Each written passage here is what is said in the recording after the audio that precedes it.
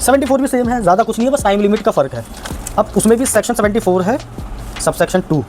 74 हाँ 74 सबसेक्शन 2, वो क्या कहता है? वो सिंपल सी बात कहता है। अब ये केस कौन सा होता है 74 वाला? फ्रॉड वाला।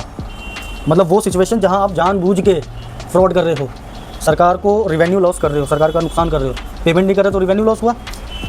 आज की डेट में सबसे ज़्यादा फ्रॉड किस चीज़ में हो रहा है? फेक इन्वॉइसिंग की वजह से, है ना। फेक इन्वॉइसिंग फ्रॉड का हिस्सा है। 73 में उसका नोटिस नहीं आएगा, 74 में ही आएगा।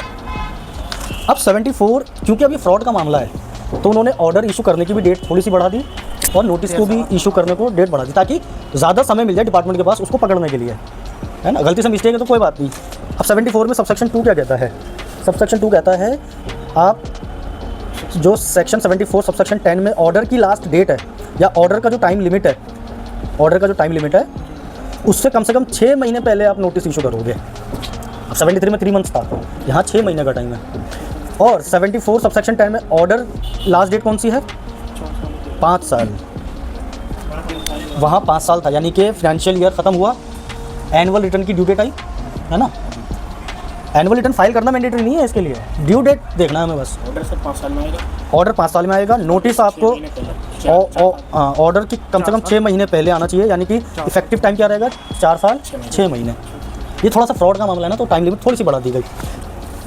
तो 73 में maximum time limit annual return की डेट से 3 साल, 3 महीने पहले कम से कम नोटिस आना चाहिए, यानी कि 30 सितंबर, अगर 21 की बात करें हम। 74 में 5 साल मैक्सिमम टाइम ऑर्डर इशू करने का और 6 महीने पहले कम से कम आपको नोटिस देना पड़ेगा। अब ये दोनों ही सेक्शंस में अगर टाइम लिमिट एक्सपायर हो गई, चाहे वो नोटिस का हो चाहे ऑर्डर का, वो नोटिस और ऑर्डर इनवैलिड होता है। अगर मैं 21-22 की ही बात करूं, एनुअल रिटर्न की ड्यू डेट क्या थी?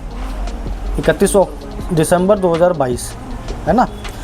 यहाँ से 5 साल ऑर्डर इशू होना ज़रूरी है। 5 साल कहाँ तक पहुँचेंगे हम? 31 दिसंबर 2027 पहुँचेंगे। और 6 महीने पहले कम से कम ऑर्डर इशू होना चाहिए, यानी कि 30 जून 4 साल, हाँ, यानी कि इफ़ेक्टिव टाइम 4 साल 6 मंथ्स। अब हम 2022 में 4 जोड़ें, कितना हुआ? सितंबर 26, 31 दिसंबर 2026। 31 दिसंबर 2026 में हमने अभी 4 साल जोड़े हैं, 6 महीने और जोड़ दो, कहाँ पहुँचे? 30 जून 2027।